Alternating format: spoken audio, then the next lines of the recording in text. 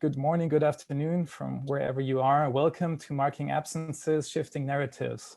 My name is Benjamin Bergner, and on behalf of the Goethe-Institut and 1014, I would like to welcome you to the start of our program about new monuments, about processes, narratives, and forms of creating them. Dealing with monuments, and I'm sure lots of you are, you realize that these are places of narratives, really, places where critical mass of human beings decided that something is worth commemorating, that a story is worth telling, a moment worth remembering, or that this is no longer the case. Or yeah, maybe that a story should be told differently today. So narratives have always been contested and debated, and so have monuments. And in these conversations, we chose to not so much look back, but rather look ahead, look at the present, talk about how we choose today to create places of narrative and what stories we choose to tell. And who better to discuss these issues with than with those involved in creating monuments and public art. It's artists, practitioners, activists, and architects whom we invited to join us for these conversations. This is the first conversation titled Making, Unmaking a Monument. Please also join us for the upcoming 3. There's one more today, starting in about 2 hours, and then 2 conversations tomorrow with fantastic speakers. They are also at the same time. So that will be 12 p.m. and 2 p.m. on the East Coast, 9 a.m., 11 a.m. if you're on the West Coast, or 6 and 8 p.m. if you're in Western Europe and joining us from there. I would like to thank at this point, I would like to thank Niama, Safia, Sandy, who curated and organized this project. Thank you very much for the great cooperation and this great project. This would all not be possible without the help of the dedicated teams of 1014 and the Goethe-Institut, as well as all panelists. Thank you. And this project is part of a bigger project called Shaping the Past. That's a partnership between the Goethe-Institutes in North America and Monument Lab in Philadelphia, as well as BPB, the German Federal Agency for Civic Education. Big thank you for all the support. Our moderator today for this first conversation is Desiree Gordon. Desiree, thank you for joining us. Desiree is a cultural producer and cultural strategist specializing in strategic visioning and cultural interventions for innovation. She's currently the director of programs and strategy at the Brooklyn Arts Council, and she's the managing editor of public programs for Small X Visualities, a digital journal for contemporary Caribbean art. She's also a songwriter and a performer. Desiree, I'd like to hand over to you. Thank you, Benjamin, and thank you everyone for being here. And before I even move any further, thank you also to my friend, my colleague, Niama Safia Sandy. I'm so inspired by her work. I'm so grateful for this opportunity to be in conversation with you all in this beautifully conceived program. And we are going to begin at the beginning with the inspiration, with the creativity. We're going to, before we jump into this conversation, specifically thinking about how public art gets made and the process that artists engage to develop the work and ways they intersect with cities and councils to get the work up. Let's hear about the work itself, yeah? We're going to begin by chatting with Kenseth Armstead. He is a multimedia installation artist. Kenseth has created provocative conceptual art for 3 decades. His work has been included in pivotal explorations of history, American culture, ethnicity, and institution-defining moments in exhibitions at, among others, the Whitney Museum of Art, the Studio Museum in Harlem, the Schomburg, the Solomon Guggenheim Museum. He's authored multimedia installations collaboratively with the art band XPRZ, which he co-founded with his mentor, Tony Coates. Armstead received a BFA from Corcoran College of Art and Design, and upon completion of his degree, he moved to New York City to attend the Whitney Museum of American Art Independent Study Program. He holds an MS in integrated digital media from NYU's Tandon School of Engineering.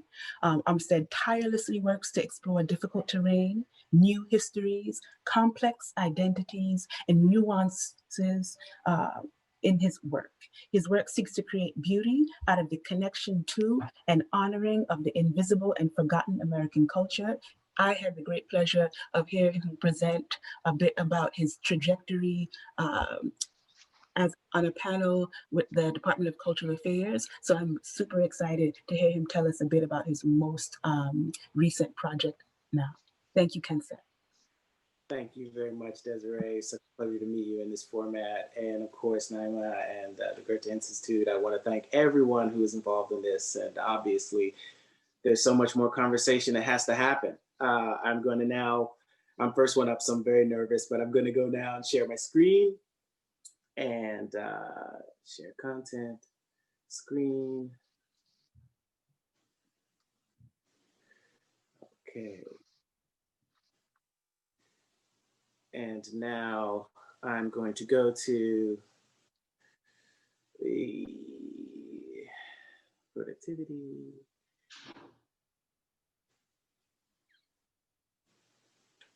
So these are, this is a slide deck that I made to show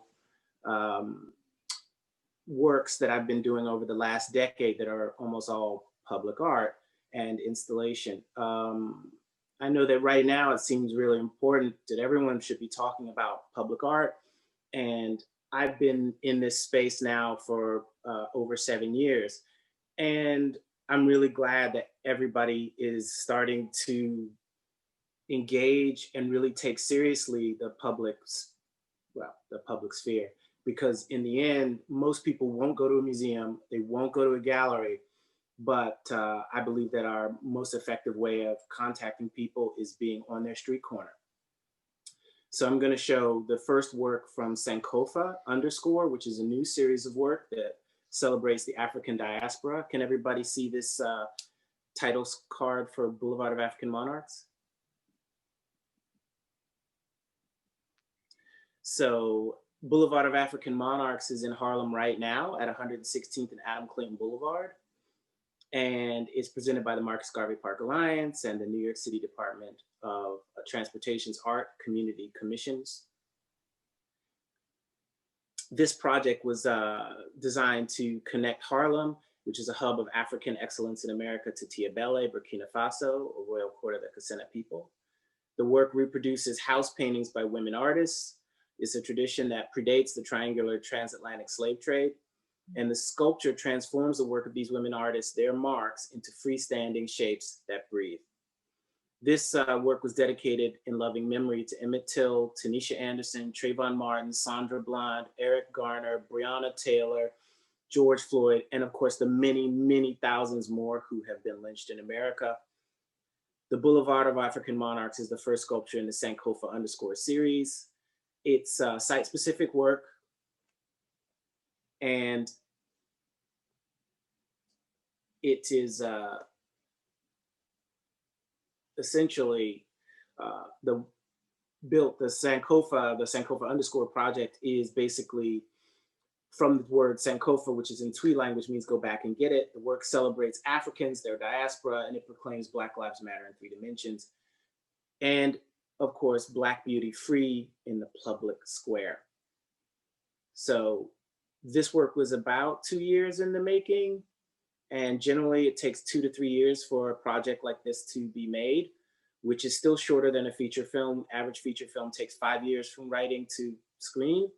But this work is in a pedestrian refuge. There are all these large spaces in the streets that the city painted off to make more space for pedestrians to walk freely. And they decided, the Department of Transportation, they were going to put art in. This image shows myself and 2 gentlemen who saw the piece at night. So they weren't there when it was installed, and they were walking down the street and they'd seen it at night, and they'd come back and I happened to be there, and they're like, you know, they're talking to me about it. And I was shooting the work and we had this productive conversation, how different it is in the day and the night. And that now, you know, there was almost another person on that corner. And this person was this remnant of an African relationship that we have that has been broken by the transatlantic slave trade. So this is the interior and the exterior of Boulevard of African Monarchs. This work is 10 feet by 10 feet by 15 feet, and it's all handmade. The only thing that isn't handmade is the bolts that hold it together, and it's adorned with shoe polish. This is an exterior to interior view of Boulevard of African Monarchs, and almost all of my works, I like to have a component that, in this particular case, you can enter this work. And I like to have a component where there's an interplay between the user and the artist or the work. And in this particular case, you can enter this work and it is both an interior and an exterior space that can be inhabited. This is me smiling overly broadly. And you can see here that when I made the work, I made a lot of different decisions about how it would be in the drawing. So you can see all the drawing that was made to accumulate the surface and to make the piece. But then you can see that when I cut, I kind of ignored some of my original decisions and improvised. And while I am sampling the work of these women artists in Tiabele, I'm also intuitively working, and this work was all cut with a circular saw by hand. So in the work itself, you can see how it was made and the different decisions about how it was made. And also that a lot of the pieces that hold it together are the pieces that were cut out of it, which is metaphorically, I think, a suggestive piece of content. So what's going on in Boulevard of African Monarchs? Key themes. In all of my work, there's poetic drawing materials, creating form using negative space from wall painting technique, history connecting African vernacular culture and architecture to African American culture and contemporary abstract art, African American history, highlighting New York City slave legacy and visual sampling, location making more there. In this particular case, in a pedestrian refuge, I'm adding a component. And also that this work is an object, but it's also a lens. When you go inside it, it's a way to see the community. So there's more there. Social engagement, community ownership. In this particular case, there are vendors that use this refuge, and they all are kind of partners for the work, and they are the ambassadors for the work. And of course, the Marcus Garvey Park Alliance are my partners for this work, and they are ambassadors for this work. And without that community link, I think the work wouldn't really have a home, and I would not think it was successful. Almost all of my work is geared towards being in public space, and I think that community link is the most important aspect. Form, actual line. I do everything that I do because I love drawing, and I think that I make sculptures so that I can see physical lines, which that's one of the key things that is an investment for me. But I like also that the works are making history physical and visceral. This is the last work that I worked on, and for comparison, I'll just show briefly that this work essentially is in the center of the city in Union Square, and once again does use and sample from the women who work in Tiabele. But conversely, this is not negative space, positive space, and all of it is transparent.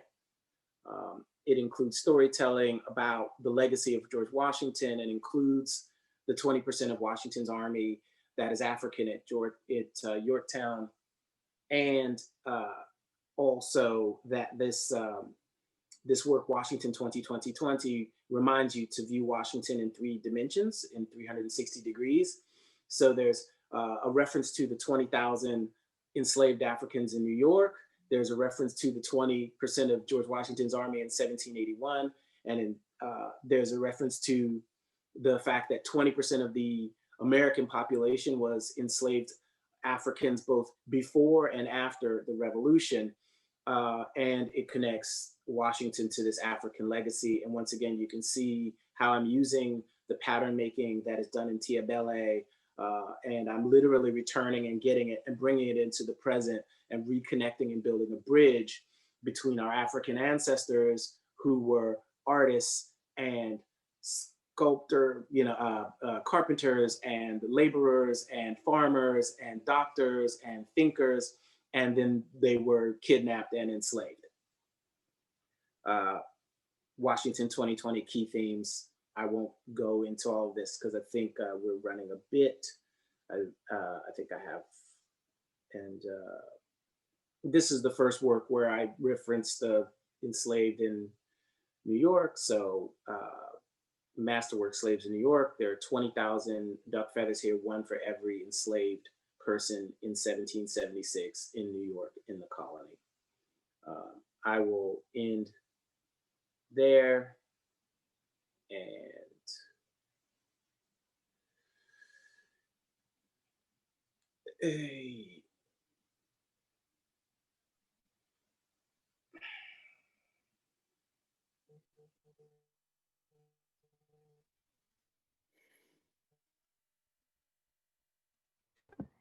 Thank you, Kenseth.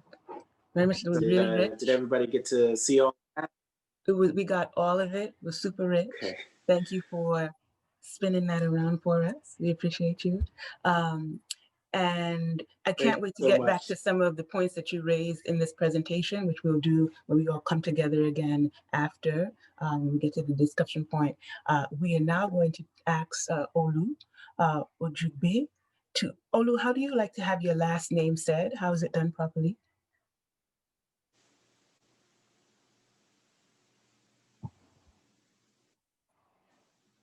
You got to get on mic. Please turn your mic on. I'm turning mine off now. Oh, Olu, we can't hear you. It was unmuted from the host side. Got it. How do you say your last name?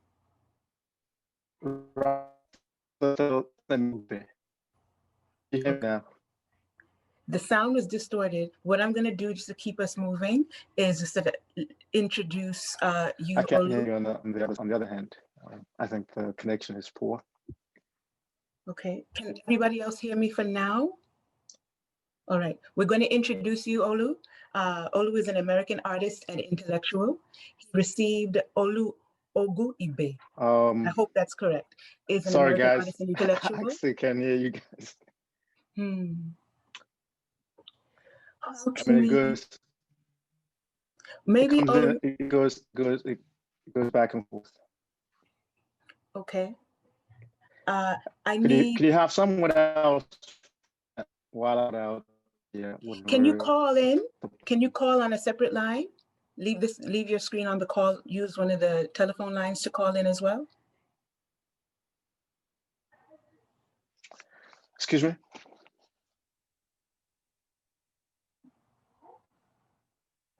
You can go. And you were set up to do your presentation. So since that's happening, I'm going to go into the chat. We don't have a chat. Is it my turn to present, or is someone else going on? I'd prefer for someone else to. I prefer for someone else to go on while I sort out my technical stuff, if that's okay. Lava, can I present you now, and then you would start? Sure. If I give you, and then Olu, we need you to stop screen sharing. To mute. Unmute and stop screen sharing. Right. And in the interim, I will introduce Lava Thomas, tackles issues of race and gender and representation and memorialization through her multidisciplinary practice that spans drawing, painting, photography, sculpture, and site-specific installations. Her work and voice have been at the center of national debate around monuments, censorship, representation, and cultural equity in public art since her monument, designed to honor Dr. Maya Angelou, was selected by a panel of arts professionals and subsequently rejected by San Francisco city officials last year. Since then, Thomas has led community-wide efforts to bring about systemic change in San Francisco's public art policies and processes to prioritize inclusion, equity, and anti-racist aesthetics. Thomas is joined by C Black Women collective, members of Bay Area arts community and artists, and arts professionals around the country. Born in LA, California, she studied at UCLA's School of Art Practice and received a BFA from California College of the Arts. Her work has been exhibited in venues across the country, including the National Portrait Gallery in Washington, DC, and the Museum of the African Diaspora in San Francisco, California, and is part of numerous permanent collections. Lava, we are so glad to be speaking with you today. I wonder if you can sort of contextualize your work for us in your presentation, and then we'll dive into it once we get into the discussion moment. Yeah. Sure. Thank you for including me in this discussion.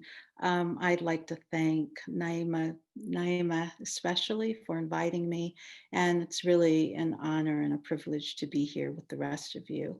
I'll start my share screen now. Oh.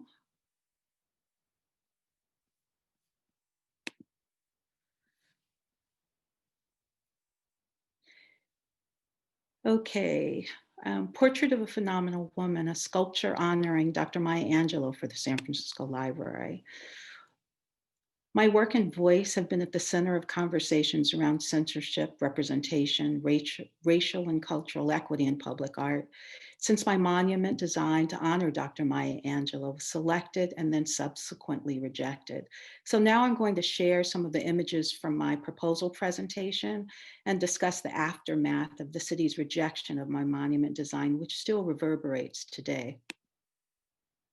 The monument's title, Portrait of a Phenomenal Woman, is from Dr. Angelou's poem, Phenomenal Woman, a powerful declaration of self in which she asserts her beauty, magic, and pride, proclaiming herself as phenomenal in a society that persistently attempts to dehumanize Black and Brown people requires still unassailable courage. The monument takes the form of a book fabricated in bronze and stands at a total height of 9 feet. A portrait of Dr. Angelou, translated from original drawing in bas-relief, appears on the book's cover with her name in bold letters on its spine. The monument's book form serves as a symbolic repository of her life and works, conceptually and physically tying the monument to its site in front of the library. Her portrait is based on stills from the author's 1973 interview with Bill Moyers, which was conducted when she lived in Berkeley. The year 1973 is significant as it resonates with present-day politics. 1973 was the year that Roe versus Wade was written into law. 1973 was the year that the Nixon impeachments began. By then, Dr. Angelou had achieved international recognition as an author, poet, film director, activist, and humanitarian. When Bill Moyers asked what price she paid for her freedom, the freedom to work, travel, and live so expansively, she answered, "The price is high, the reward is great." When Bill Moyers asked if she belonged to anyone, she answered, "I belong to myself." In this portrait, wearing a short afro and hoop earrings, Maya Angelou epitomizes the Black is beautiful aesthetic. This is a generative portrait that captures her human interiority and the complexity of her life with a nuanced expression that can be interpreted differently by each person that encounters it. The quote on the back of the monument in letters large enough to cover its surface illustrates how reading and information cultivates empathy and understanding, necessary qualities to counter ignorance and intolerance. The human drama that unfolds in literature helps us to see our common humanity with greater clarity. Dr. Angelou's insistence that we are more alike than unalike is an underlying philosophy of her life and work. I write about the Black experience, she says, but I'm always talking about the human condition. Bronze has long been the material of choice for commemorative monuments for its association with conquest and grandeur. My choice for bronze was inspired by the Benin bronze plaques of West Africa, created by the Edo people, whose indigenous metallurgy technologies date back to the 13th century. I was also inspired by Elizabeth Catlett's memorial to Ralph Ellison, Invisible Man, which stands in Harlem. Portrait of a Phenomenal Woman embraces the rectangularity of these works and situates itself squarely in Black art, not the European figurative tradition that Confederate and colonial monuments are based on. So on August 9th, I was alerted that my monument received first place ranking almost unanimously. And so, of course, I was both honored and very humbled to learn that. And I was told that my monument design would be approved in the next Visual Arts Committee meeting. However, 2 weeks later, after the meeting, I received a call saying that my monument design would not be approved and that the project sponsors wanted a more figurative work. So I did what any self-respecting artist would do. I wrote a scathing letter. And via social media, I rallied folks to attend the next Visual Arts Committee meeting to seek answers, to make public comments, and to protect the integrity of the selection process. During that meeting, Supervisor Stephanie stepped forward as the project sponsor. She rejected the selection panel's choice, and she then ordered the Arts Committee to shut down the project and start over. Stephanie said, as I carried the legislation across the finish line, to elevate women in monuments, I wanted to do it in the same way that men have historically been elevated in this city. Now, in San Francisco, the men who've been honored are with monuments and essentially embody white supremacy. Francis Scott Key, for example, Christopher Columbus. So her demands uphold the colonial gaze and weaponize a European convention of statuary to essentially perpetuate the systematic and persistent erasure of Black women's intellectual and creative labor.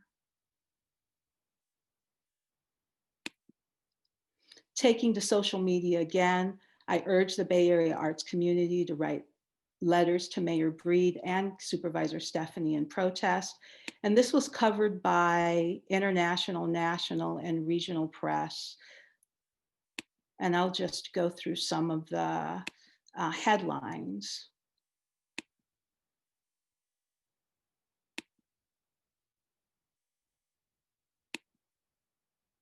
The following November, at Ashara Ekandayo Gallery, there was a conversation that was moderated by Lee Rayford, Associate Professor of African American Studies at UC Berkeley, which included Angela Hennessy, Associate Professor of Art at California College of the Arts, and she was also part of the selection panel. And Dana King, an artist whose public monuments were commissioned by the Equal Justice Initiative in Montgomery, Alabama, and we spoke to a standing room only crowd. Community activism grew out of that November meeting, along with the creation of See Black Women Collective, spearheaded by Tahara Rashid and Angela Hennessy. The Arts Commission attempted to sweep this fiasco under the rug and issued a new RFQ for the Maya Angelou monument in January of 2020. But since then, I've collaborated with See Black Women Collective on a campaign to abolish white supremacy at the San Francisco Arts Commission and to end the prioritization of European conventions of statuary to represent Black women in the public realm. The campaign mobilized artists and activists to pressure the Arts Commission to suspend the 2020 RFQ and to take action toward redress and restorative justice for the way in which the 2019 RFQ was mishandled. Based on my earlier social media activism, the campaign provided specific actions and encouraged people to make public comments during the San Francisco Arts Commission's full commission meeting last month. Our demands included a public apology and the adoption of best practices and cultural equity guidelines.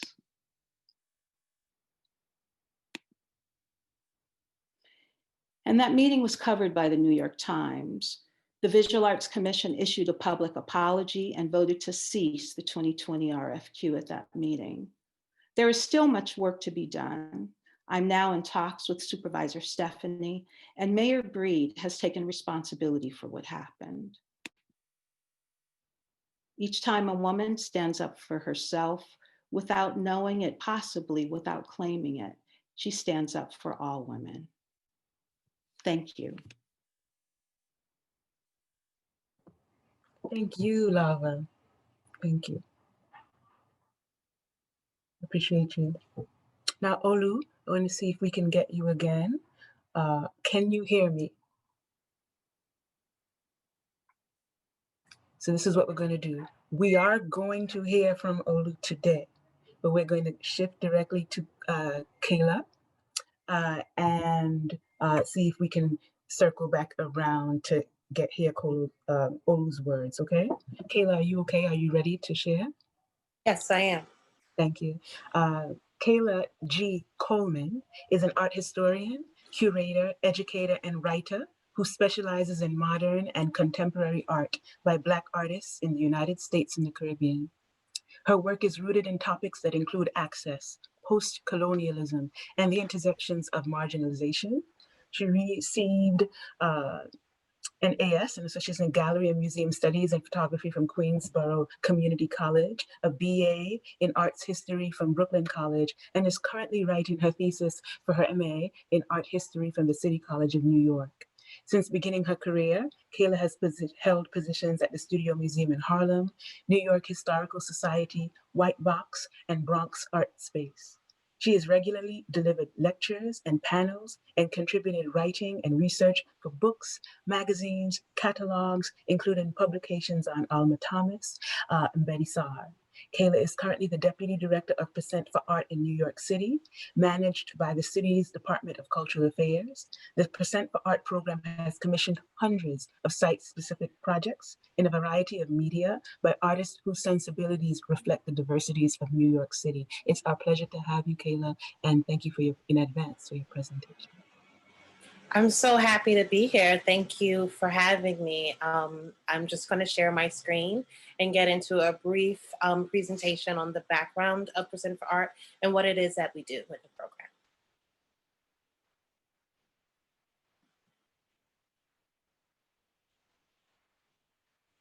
Can you all see my screen? Okay, so just a little bit about Percent for Art. It was founded in 1982, and it is supported by Local Law 65, AKA the Percent for Art law, that states that 1% of the capital budget for newly constructed or reconstructed projects, buildings, and the like must be spent on art. And this program, Percent for Art, it provides employment opportunities in the creative sector.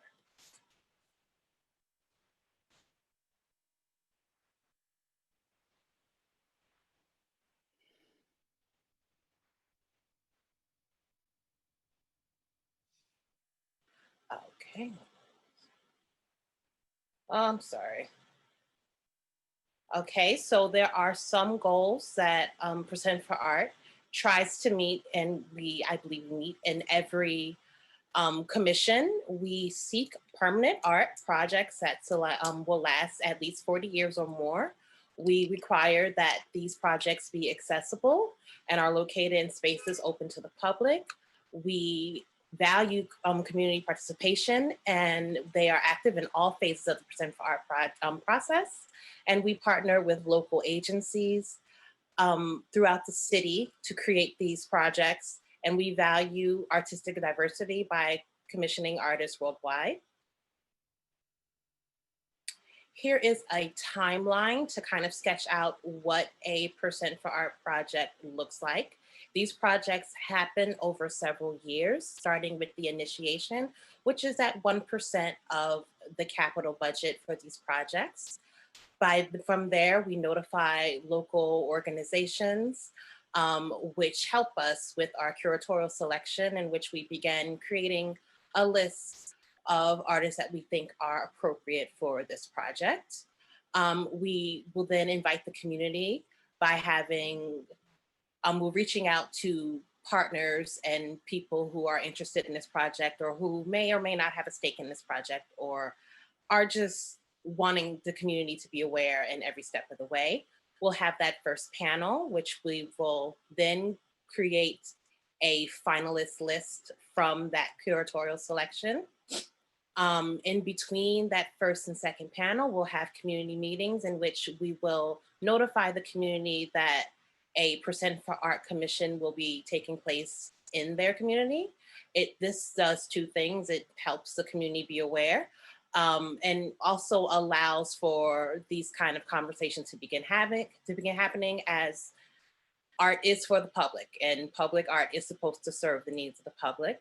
We will then have, with these community meetings, we will then create our advisory panelists. We'll meet with our advisory panelists as well as in both the first and the second panels. And then from there, once that final artist is selected, we go to fabrication and installation, and then we pass the torch once the art is unveiled and the art belongs to the community. As I mentioned, this is a process that happens by panel. And the panel is chaired by the Percent for Art director, and it consists of a representative from the sponsor agency, a representative from the design agency, a representative from Percent for Art, and 3 outside art professionals, which include artists, critics, curators, and art historians. The advisory panelists include the architects and design team, the Public Design Commission, and local elected officials, council members, community board members, and the like, as well as local organizations and community groups and the general public.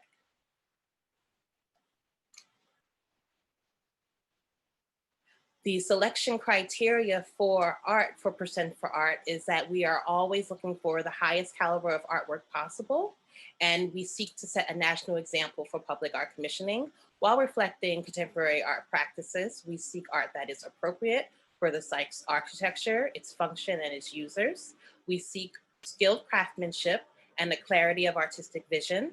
And we also want work that is consideration of cost and durability. We want the work to survive and serve the community for as long as possible.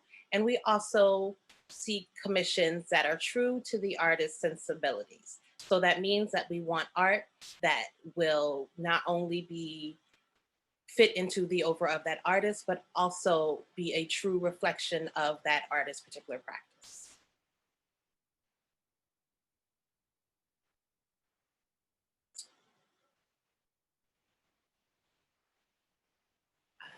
Okay, that is it for me. Thank you, Kayla. I'm wondering if we have Olu on the phone yet. No. Okay. So he's still present. I'm getting a text message saying that he's still present. Olu, can you come on screen? Let's try that. I don't want to just drive past his presentation necessarily. Yeah. Olu, can you unmute? Or can the host unmute him? Beautiful. Can you hear me now? I can hear you. Can you hear me? Beautiful. We hear you and we see you, and we're glad for it. Can you share your screen? Right. I'm trying to find the okay.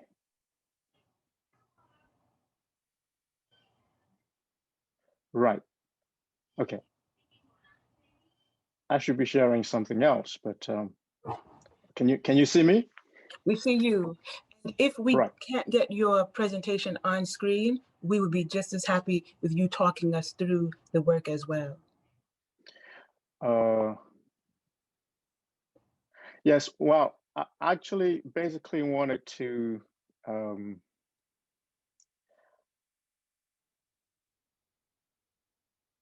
give me a few seconds.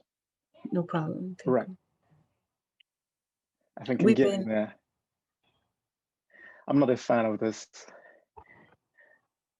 No, it's okay. You know what? This whole moment, this COVID moment has been one sort of like series of improvisations and figuring out the platforms and figuring out a new voice. And so I think we are embodying that in this moment. Embodying it is like the highest form of knowledge, right? Yes, absolutely. I wonder. Okay, what I actually basically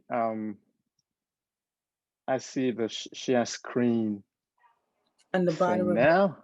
beautiful. Beautiful. And I think I'll soon be there. Do you see something else? We see what your work, Okay, but you don't see me. but we can Doesn't hear matter. you. It's okay. We Okay. can see your work. Okay, well, because I'm sharing on the same screen. I actually wanted to begin by making a couple of points. One is that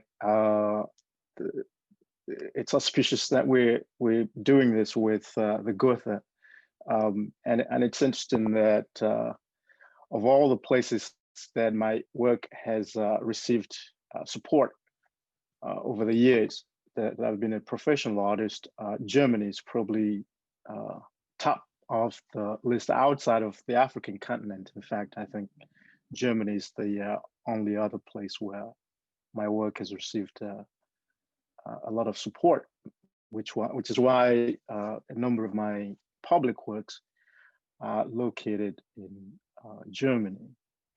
I've made work in other places as well, but not in the United States, interestingly, although I've lived here and worked here for 25 years now.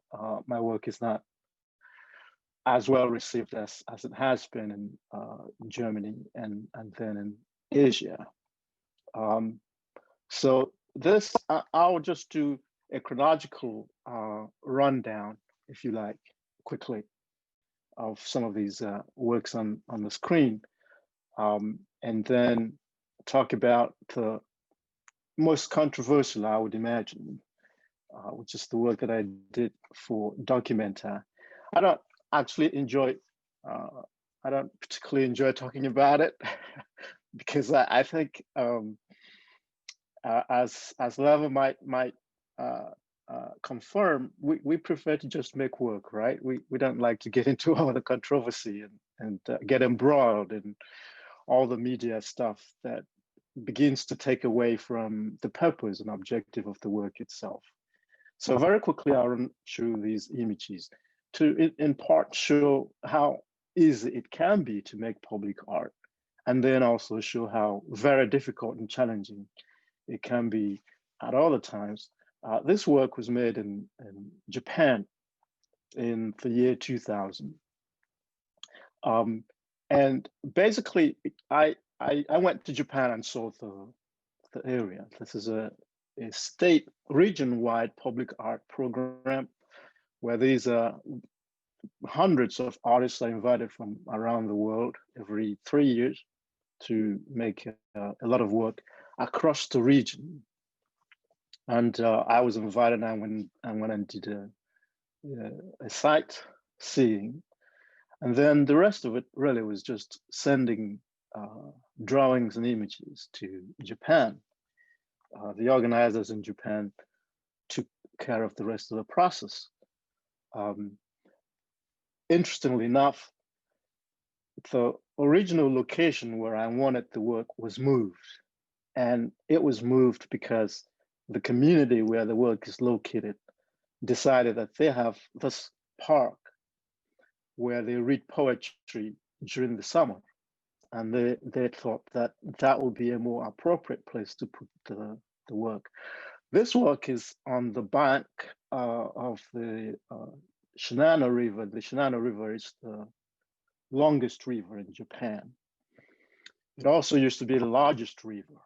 But now you can actually ford it. You can walk across the river on foot during the dry months, because due to damming to provide electricity that was sent several hundred miles to Tokyo, the river began to dry up. The rice farming industry was destroyed. The fishing industry in the area was destroyed, and all they got out of it was electricity, which is why I decided to make this monument, which is more like a shrine to the river. And I've made references to electricity by using, these are actually power line poles to make this. And then I invited all the school children in the region to do a poetry contest to write poems about the environment, which they did. I think there were 630 something entries, out of which we chose 18 poems, which were then sandblasted into these polls. So these works have been there, and sometimes I fantasize about the kids who contributed to the work now being in their maybe late 20s or even 30s, and taking their children to this place and saying, look at that, you know, I was part of this work. So it was a very enjoyable process, a very community involved process, and there were no repercussions or resistance to the work. This one is in South Korea. It's a slightly different story, but it's modeled, in fact, on the project in Japan and the program. The guy who organized this in South Korea is familiar with the program in Japan. And so sort of they exchanged invitations, and I was invited to make this. Now, this is interesting and as well, in the sense that when I began to conceive the work, I wanted to create a chair or seat on this mountain, which is very famous. It's actually called the Samsung Mountain, and the electronics giant gets its name from this mountain. And its reputation is that several centuries ago, there were 3 monks. They're called the virtuous monks, who lived there and established a monastery on that mountain. And coming from Africa to leave something permanently on that site, I wanted to do something that pays tribute to the virtuous monks, as well as to my own background and cultural and religious traditions. But I wanted it to be a modernist chair. In fact, that's how I started out designing this. And I was told in no uncertain terms that they wanted something, quote unquote, African. So I just took for granted that anything that I did was African. But they wanted something that was stereotypically, evidently African. So sometimes, again, you know, you have to make these compromises. So I found an Igbo traditional stool, and we modeled this work on that traditional stool. It was cut out of crystal. So this is actually another view of the work. Now, obviously, this is probably the most known artwork that I've done recently, which is the piece that I did for Documenta. And I would like to begin by saying that this is the work that I wanted to make for Documenta. It uses the same text, but it's only in German. And but then we ran into difficulties, which I thought were technical difficulties, because that's the way the resistance is presented to us. We were told it's dangerous, it's too big, it can't be in this place and it can't be in that place. We don't have code clearances to do it this way or do it that place. And so just this went on and on and on and on. In fact, I'd been a very late invite to Documenta. I was one of the last people to be invited. So time was running out. I had only a few months, and I was teaching here in Connecticut and didn't actually have that much time to go over there and try to sort things out. So it was at the last minute, after we exhausted practically all the possibilities of making this work, that I then went to do site visits in Athens, because if some of you remember, Documenta 14 was done in Germany as well as in Greece. So I went to Greece to do site visits there, and this question came up of, you know, what to do since we didn't have a site for the work. And I asked them if I could change the proposal, change the form. They said, sure. And then I said, how about we do an obelisk? And instead of having the text in one language, we might actually now have opportunity to do 4 languages. And the organizers thought that that was a perfect alternative. That's how we got to the obelisk, so that the words are actually the same. So now, because it's an obelisk, the city center became available for it. But it wasn't, I didn't know that people were not aware that we were going to have this text on the obelisk. I think most people in town simply knew that we were going to have an obelisk because Documenta made it the center of their media campaign to sort of tease and tease about what was going to be in the city center. And then finally in February of 2017, or rather in March, in fact, it was revealed that there was going to be an obelisk. And this was very widely positively received, because people felt like, well, you know, big cities have obelisks, you know, so now they were going to get their own obelisk, and that was going to be fun. And work began on the obelisk. It was only 2 weeks before the opening of Documenta that we finally put the text on the obelisk, and things began to turn at that point, because now the white nationalists who'd been incensed by the immigration policies of Chancellor Merkel in 2015, they just went up in arms because they felt offended by a biblical text that says, I was a stranger and you took me in. We thought that was really, I thought that was really funny. Now, I've obviously made several other public pieces, so I'm quite used to the vicissitudes of trying to put a work in a public place.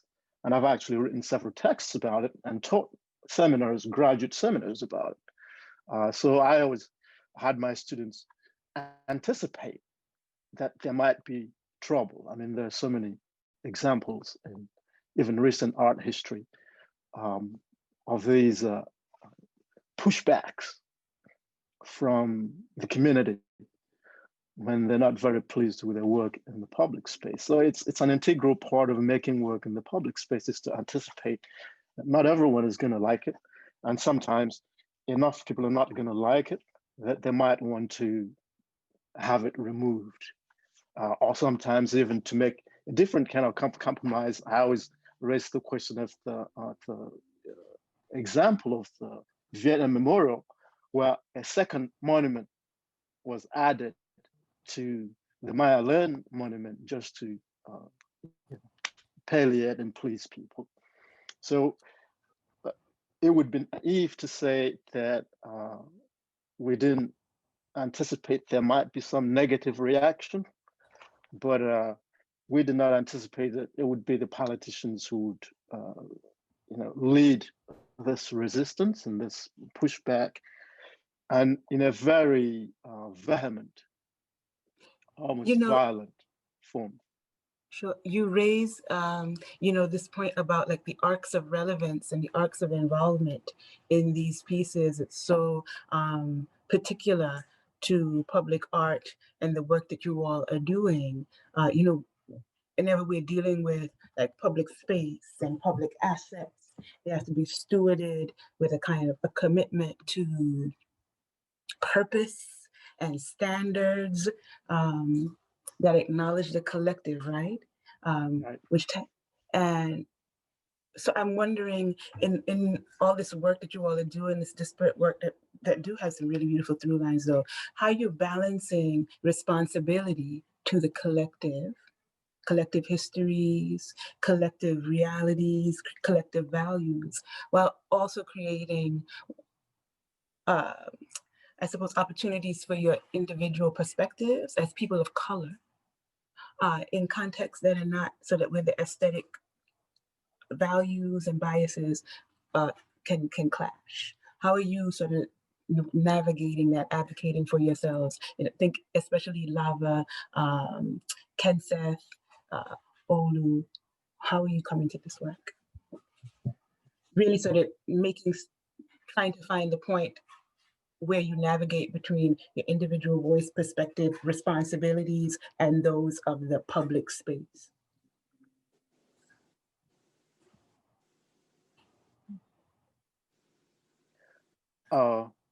Do you guys, Kenseth, do you want to go? Or do you want me to? I think Kenseth is frozen. I'd like to hear from Lava, Right. we have about 3 minutes left, and I have a work that's up right now, and so if anybody really wants to know how I engage in the community, they can go to 116th and Adam Clayton Boulevard if they have an opportunity. Boulevard of African Monarchs is there, and but I would like to hear from Lava, and because I'm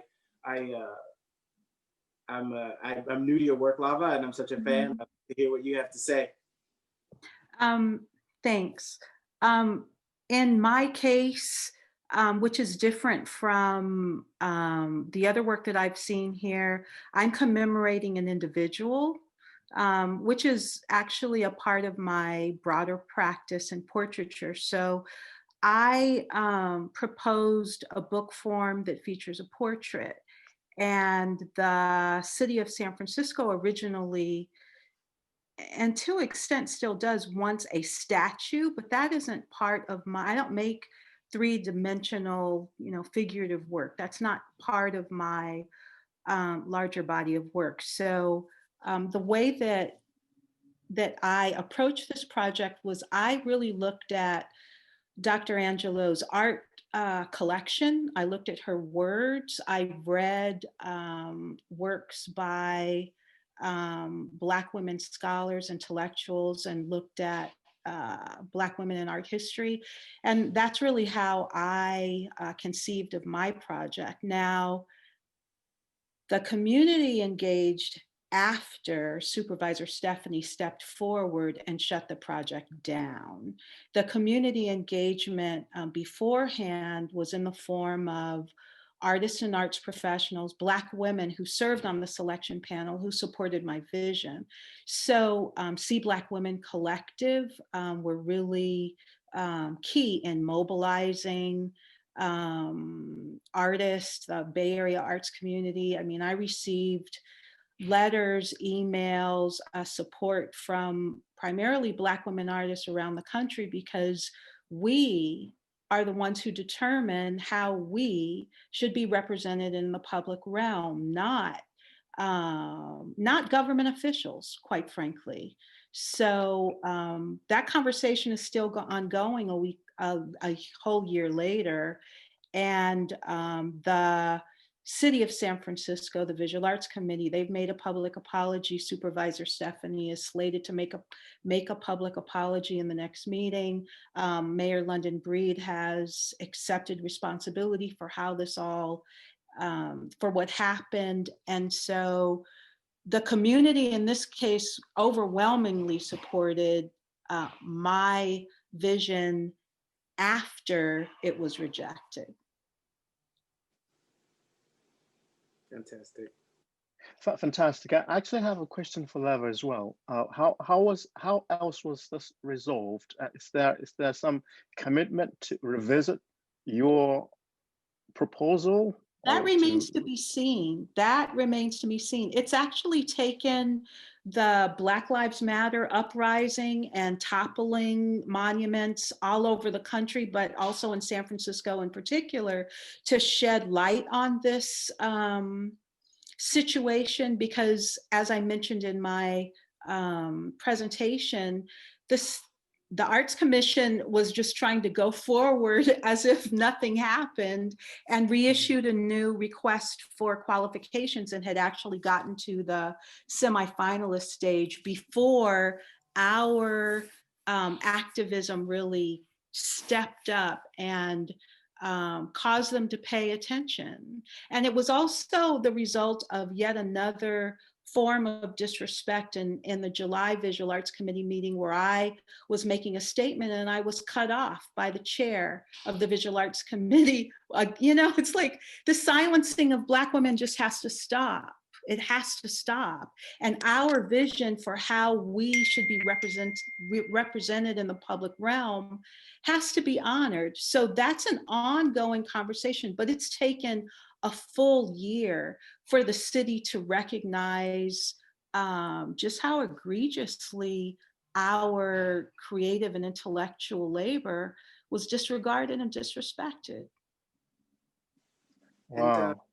I asked that because, you know, in my case, that there were protests as well that lasted several months and involved hundreds and hundreds of people because the community took ownership of the work, while my far right minority, especially through the politicians and then obviously trawlers online, were the ones trying to remove the work and putting pressure on the city authorities to do something about it. And as some of you know, on 3rd October 2018, the work was dismantled in the middle of the night, in fact, with police and so on and so forth, and sent to a dump, you know, somewhere in the city. At which point I had to make a decision, because then it became ideologically, people were ideologically split. There were those who were very engaged in the defense of the work as well as the integrity of the work, and who said if the work is removed from the site, it's no longer that work. And then I had to decide whether to stick to that or to compromise, because then the city said, if you're willing to have the work in another spot, then the city will keep the work. So we fought for months to retain and keep the work in the city center where it was conceived for. But I also realized that it would be a concession, a far greater concession, if I simply removed the work from the city. And I didn't want them to win that part of the struggle. I wanted the work to remain in Castle.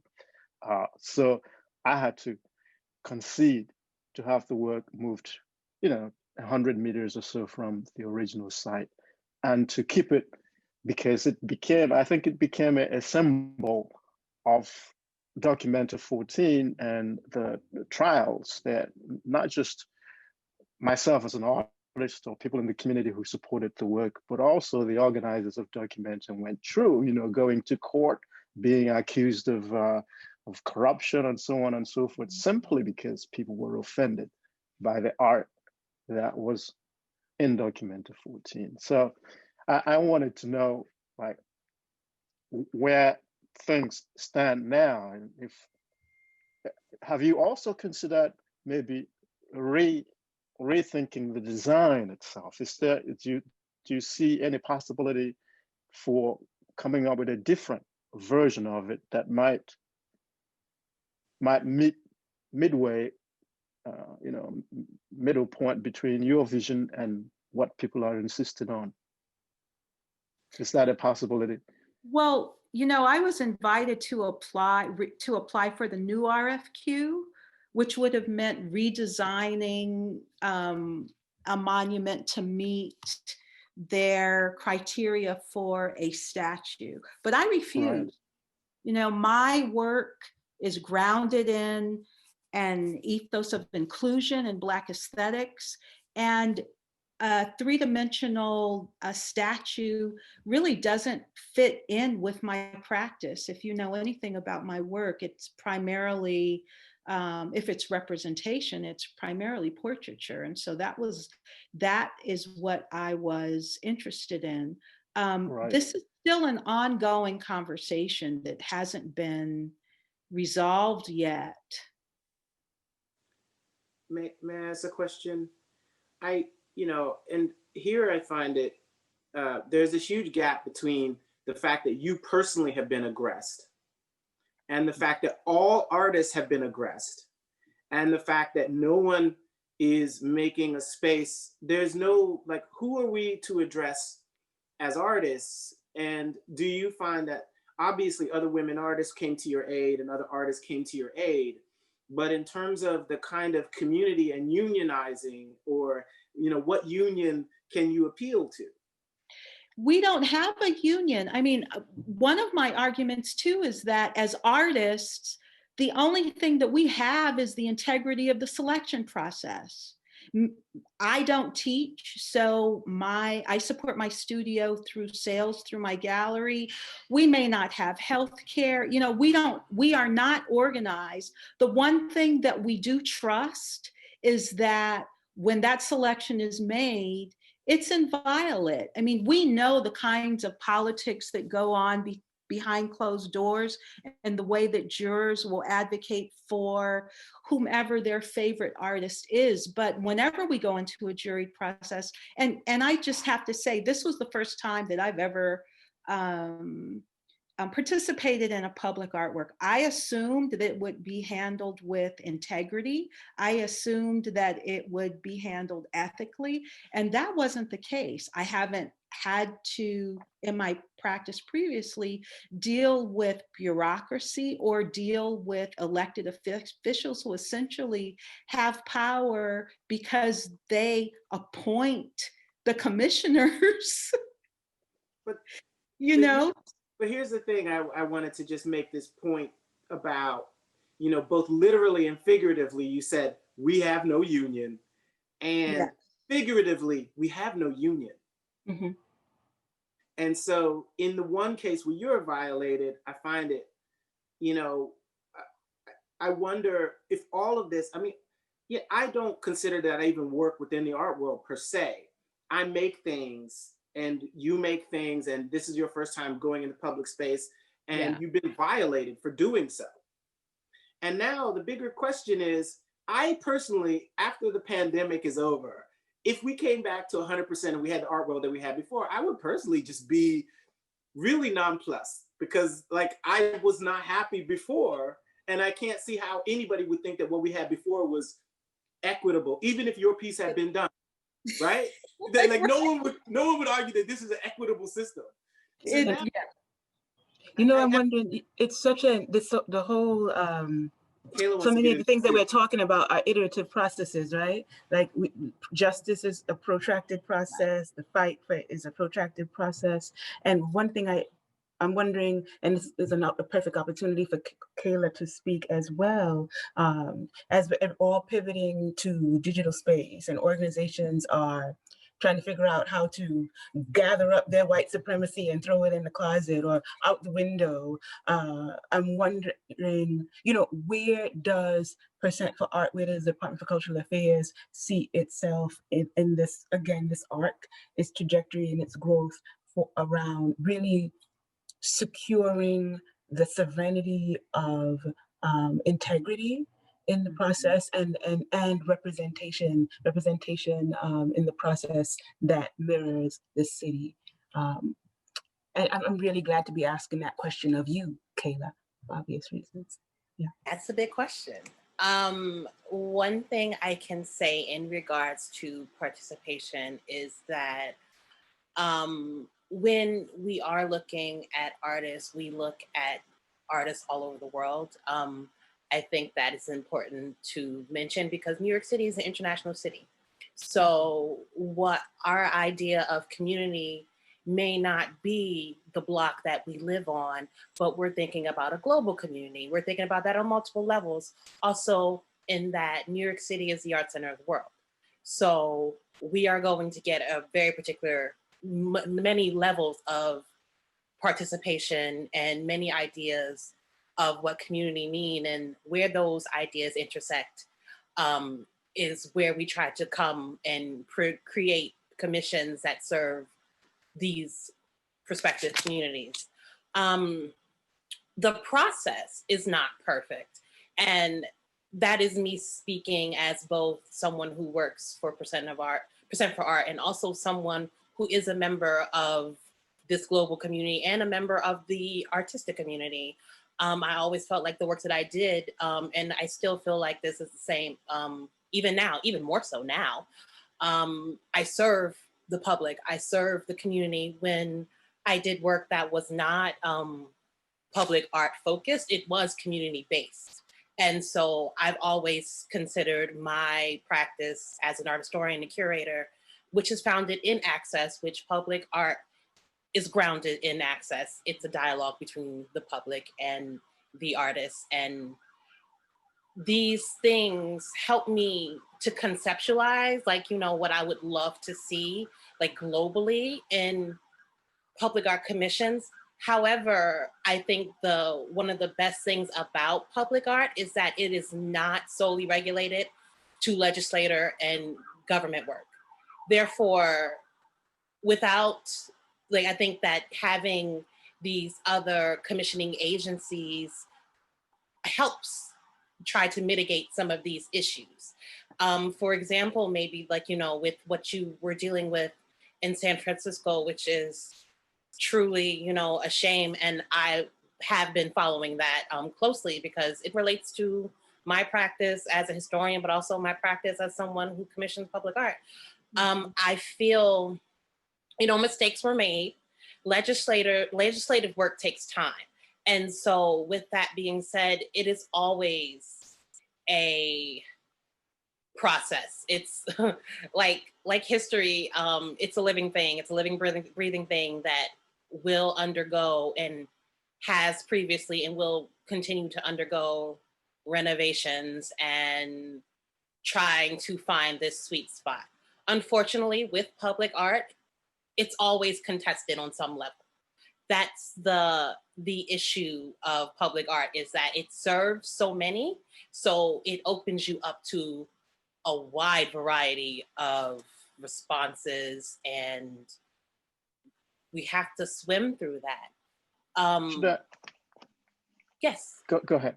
No, I was actually going to interject there and say that I think it's important that you pointed that out, because my personal approach to public art, which is what I taught for many years also, is that you have to bear that in mind, so that the question of integrity has to be mitigated by the fact that we're dealing in the public space. It's a space that belongs to a whole range of people with different tastes and ideological convictions and so on and so forth. So it's about different dialogue. Goals. Yes, and hopes as well. So it's about dialogue, really. There has to be some form, there must be some form of compromise. Now, if I make a painting Kayla, in what the were studio, you said, and also different, what was that, Kayla? Different goals. Goals, Right. yes. Yeah. And so when I make a painting in the studio, which goes into a gallery and then goes to a collector, I have a different sense of integrity around that than I do when I go into the public space as a public artist who has to deal with a community and so many other interests. They don't dictate what I do, but then I don't want to dictate to them. I can't impose the same way that I can with my drawing or my painting in the studio, or I can say you like it or you don't like it, and that's your problem. If I want to successfully put work in the public space, then I have to engage and I have to dialogue and I have to be a diplomat to get some form of my vision through to the public, and also hopefully get some element of their own vision, if possible, into the work. That's how I approach it.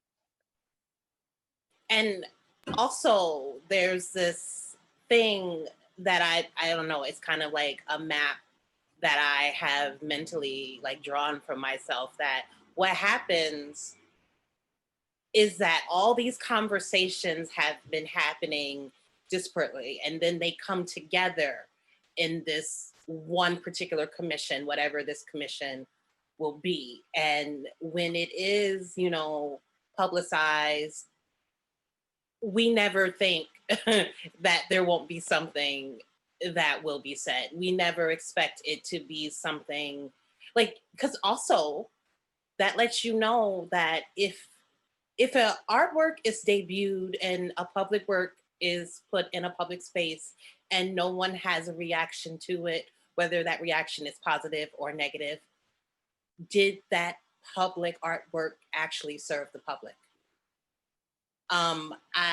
That's something, if we're able to have a conversation like this, if people are having conversations among themselves, and also remembering that everyone brings their experience to everything that they do. So yes, of course, there's going to be all kinds of conversations. And I think that if that's what art is supposed to do.